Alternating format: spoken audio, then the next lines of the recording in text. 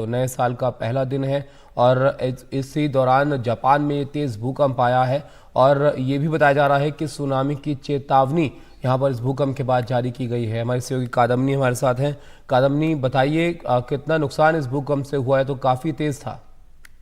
बिल्कुल। नए साल की शुरुआत जापान में जबरदस्त भूकंप से हुई है। 7.4 इसकी तीव्रता मापी गई है और इसके बाद एक सुनामी वार्निंग भी इशू किया गया। अभी जो खबरें आ रही हैं उसके मुताबिक पहली लहर जो है सुनामी की उसने हिट किया है और जो वार्निंग थी सुनामी की इस बहुत बड़े भूकंप के बाद वो ये थी कि 5 मीटर तक के ऊंचाई के वेव्स हो सकते हैं। तो जो वहाँ की सरकार है उसने ये निर्देश दिया है, प्रधानमंत्री के ऑफिस से निर्देश दिया गया है कि जनता को जो भी जानकारी है सुनामी के मामले में, वो इवैक्यूएशन के मामले में वो फौरन प्रोवाइड की जाए और कोई भी डैमेज जो है उसका असेसमेंट किया जाए। लेकिन सबसे बड़ी प्रायोरिटी यही है कि कोई भी जान न जाए। जितने भी सरकारी एजेंसीज हैं वो क्लोज कोऑर्डिनेशन में काम करें।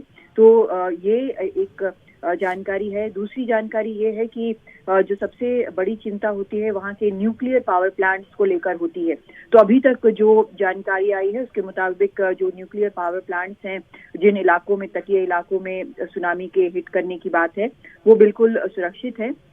जो भी निवासी हैं इन सभी तटीय इलाकों के, उनको फौरन ऊंची जगह पर जाने के लिए कहा गया है, क्योंकि जो लहरें हैं सुनामी की वो बहुत ज्यादा हो सकती हैं। तो ये फिलहाल अभी कहा गया है, लेकिन अभी तक ये सामने नहीं आया है कि कोई भी जान माल का नुकसान हुआ हो। लेकिन ये एक डेवलपिंग सिचुएशन है जिस पर लगातार नजर रखी जा रही है, चाहे वहाँ का न्यूक्लियर पावर प्लांट हो या फिर जो बिजली की स्थिति हो या फिर लोगों की जान माल की स्थिति हो।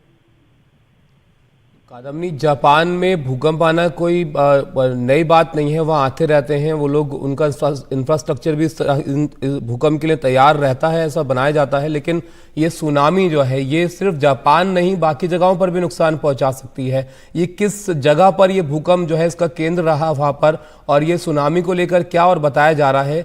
क्या सिर्फ चेतावनी भर ये है या फिर ये बड़े स्तर पर भी इसका असर जो है वो दिख सकता है?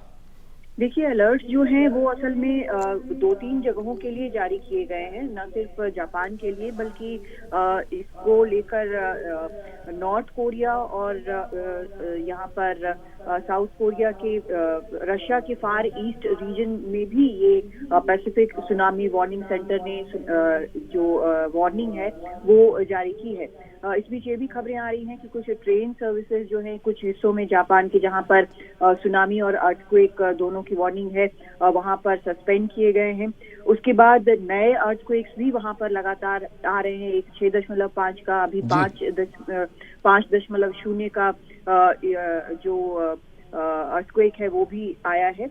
और ये सभी जो इलाके हैं इनको अलर्ट रहने के लिए कहा गया है।